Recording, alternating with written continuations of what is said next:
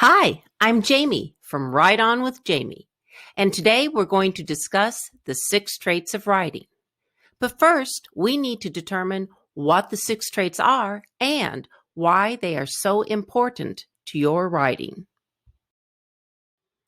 Regardless of the subject you're writing about or the audience you're writing for, when you write, you need to arrange your essay, research paper, narrative, etc., so your readers can understand and follow the ideas you are presenting.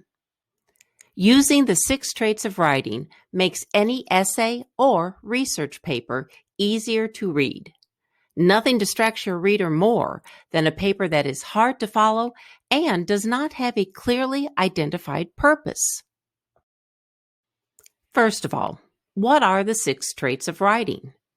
Research has shown that all good writing contains certain traits, or keys, if you will. These keys are the 6 traits and will help you become an excellent writer. They are ideas, organization, word choice, voice, sentence fluency, and conventions. These traits will help you understand how to compose, revise, and assess all types of writing.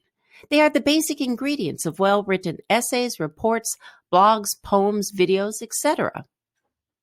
When you understand the vocabulary that teachers use to communicate about the strengths and weaknesses in your writing, you will be able to take their suggestions and corrections and make your writing grow in leaps and bounds. The 6 traits takes the mystery out of what a good essay looks and sounds like. Each trait represents a related skill that has an impact on the overall writing. Basically, the 6 traits are just 6 words that organize how you write and revise. Using the 6 traits can actually be a very positive and constructive tool in your writing toolbox. That's because it's a very simple tool that helps you ensure you are doing everything you need to do to have a well-written essay, research paper, etc. Now, you might be asking, Jamie, how can I make sure that I am using the 6 traits of writing? I'm so glad that you asked. Today, we're not only going to cover what the 6 traits are, but also how to incorporate them in your writing. So let's begin.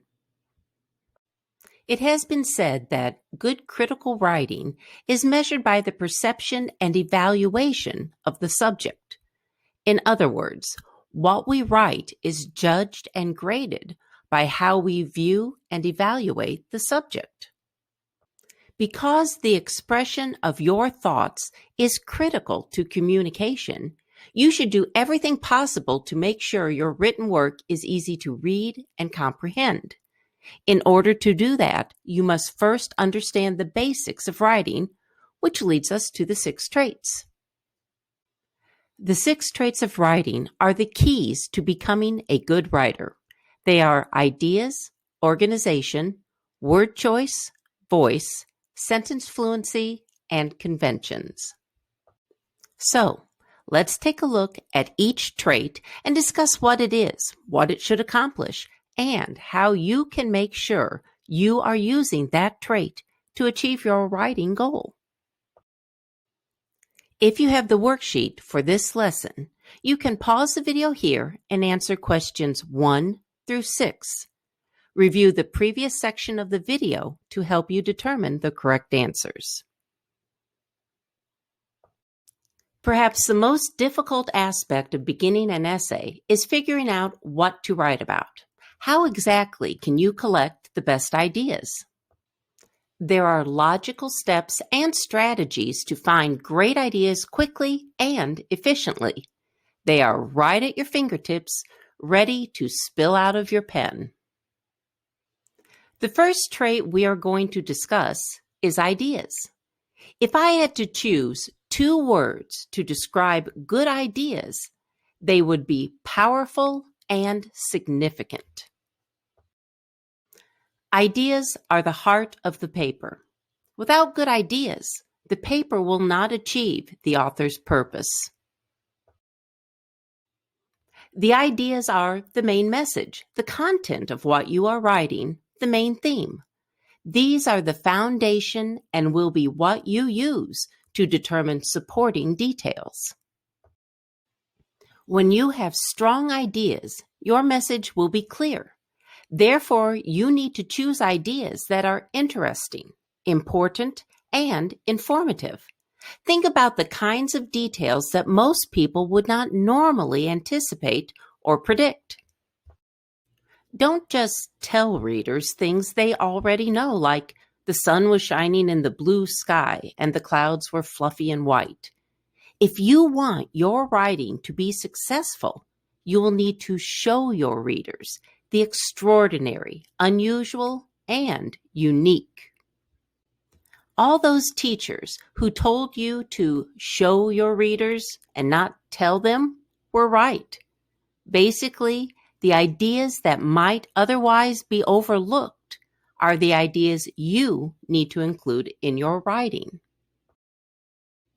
Now, let's take a look at what your ideas should accomplish in order to be successful. Ideas should be 1.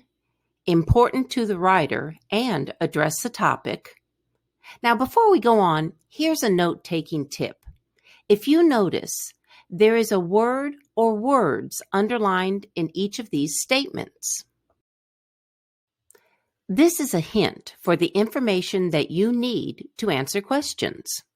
On your worksheet, you notice that questions 10 through 13 ask you what ideas should be in order to accomplish the author's purpose. In each of these 4 statements, the word or words underlined will answer the question, eliminating the need to write the entire statement. Let's try one just to make sure. Question: what should ideas be in order to accomplish the author's purpose? Answer: important. As you can see, there's no need to write to the writer and address the topic. What a time saver! And you're welcome. So, going on. 2, limited enough to focus on the paper. 3, expressed clearly so the audience understands. And 4, providing the audience with interesting insights. If you have the worksheet for this lesson, you can pause the video here and answer questions 7 through 13. Review the previous section of the video to help you determine the correct answers. Now that you know what ideas in the 6 traits are and what they should accomplish, how can you make sure they are helping you achieve your writing goal? If you want to be positive that the ideas you have chosen will be the right ideas for what you are writing, ask yourself, does it make sense? Am I addressing the topic? Will my audience want to keep reading? Does my paper have a clearly defined purpose? And have I included interesting details that are not common? Notice that nothing here is underlined. Sorry, this is one section where you will have to write everything out. Well, that's our first trait, ideas. Remember, everything begins with an idea. Ideas are the glue that holds the paper together and gives a focused and detailed exploration of the topic. Here's another hint. Sometimes being highlighted differently is the same as underlining them. If you have the worksheet for this lesson, you can pause the video here and answer questions 14 through 20. Review the previous section of the video to help you determine the correct answers. I hope you enjoyed this introduction to the 6 traits of writing. If you would like the entire lesson, click on the links in the description. I have both a middle school and a high school version. The lesson comes complete with both a digital component ready to be used in any learning management system for independent student instruction and a classroom-ready component with PowerPoint and PDFs. Detailed lesson plans and the rest of this entertaining instructional video complete the lesson. This resource is also part of an Introduction to Writing bundle that includes the following lessons: the writing process, how to write a 4-paragraph essay, how to write a 5-paragraph essay, the 6 traits of writing, practice multiple choice writing tests, how to write a thesis statement, how to write a general statement, and writing for standardized tests. Thanks for watching my video, and don't forget to subscribe to my channel. Right on!